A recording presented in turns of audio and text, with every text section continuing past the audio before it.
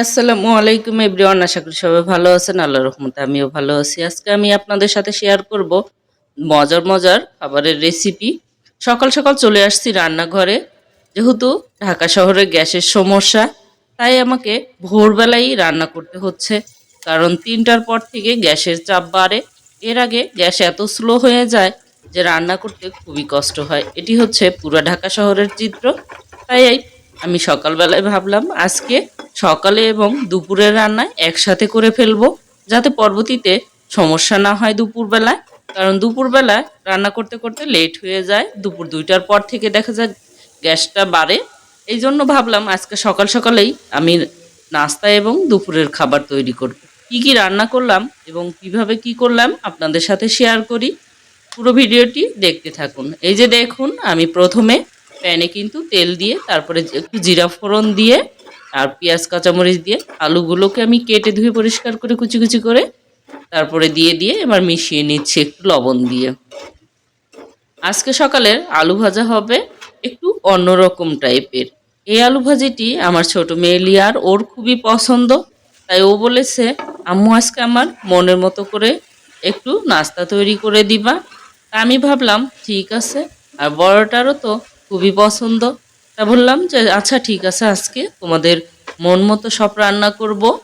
তাই ওদের জন্য একটু আলু ভাজি করে নিচ্ছি, নর্মাল আলু ভাজির মতো না, একটু অন্যরকম। এই যে দেখুন, আমি এখন একটা ডিম ভেঙে দিলাম। এই ডিমটা দিয়ে এই আলু ভাজিটা ওদের খুবই প্রিয়।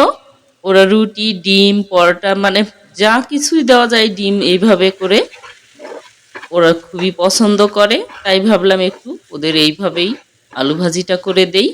তা ওরা মাঝে মধ্যেই সকালবেলা ব্রেড খায় বা নুডলস খায়, বিভিন্ন পরোটা খায় বা অন্যান্য খাবার খায়। আজকে ওদের স্কুল বন্ধ অ্যানুয়াল প্রোগ্রামের জন্য, আর শবে মেরাজের কারণে বন্ধ দিয়েছিল ২-৩ দিন। এই জন্য ওরা যেহেতু আজকে বাসায়, তাই ভাবলাম ওদের আজকে পছন্দ মতো নাস্তা করে দিই। এই যে আমি একদম ফ্রেশ সিদ্ধ আটার রুটি করে নিয়েছি। এই রুটিটা ভেজে নিচ্ছি আমি একে একে সবগুলোই। দেখুন রুটিগুলো কিন্তু একদম ফ্রেশ হয়ে গিয়েছে। কে কোথা থেকে আমার এই ভিডিওটি দেখছেন অবশ্যই কমেন্ট করবেন। আর ভিডিওটি ভালো লাগলে লাইক শেয়ার দিয়ে আমার পাশে থাকবেন। ইউটিউব থেকে দেখলে সাবস্ক্রাইব করবেন এবং পেজ থেকে দেখলে ফলো দিয়ে আমার সাথে থাকুন, যাতে পরবর্তীতে এমন মজার মজার সুন্দর রেসিপি আপনার মোবাইলে প্রথম নোটিফিকেশন আসে। এই যে দেখুন, আমি একটু ধনিয়ার পাতাও দিয়ে দিলাম লাস্টে, কারণ ধনিয়ার পাতা দিলে এর আর একটু ভালো সুন্দর টেস্ট হয়।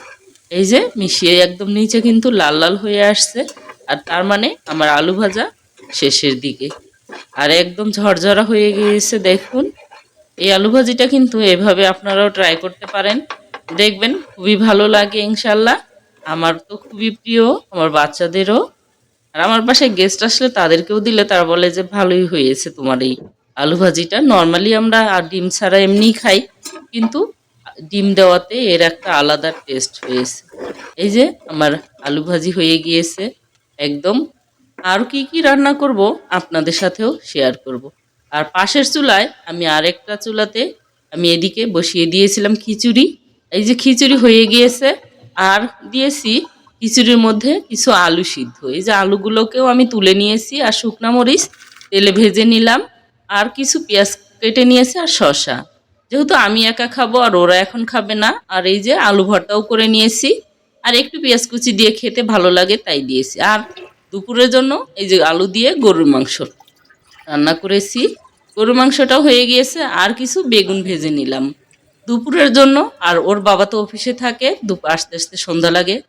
তাই এই যে টেবিলে এসে গেলাম সম্পূর্ণ রুটিগুলোকে নিয়ে আর আলু ভাজি। ধন্যবাদ সবাইকে আমার এই ভিডিওটি দেখার জন্য। Thanks for watching. আল্লাহ হাফেজ।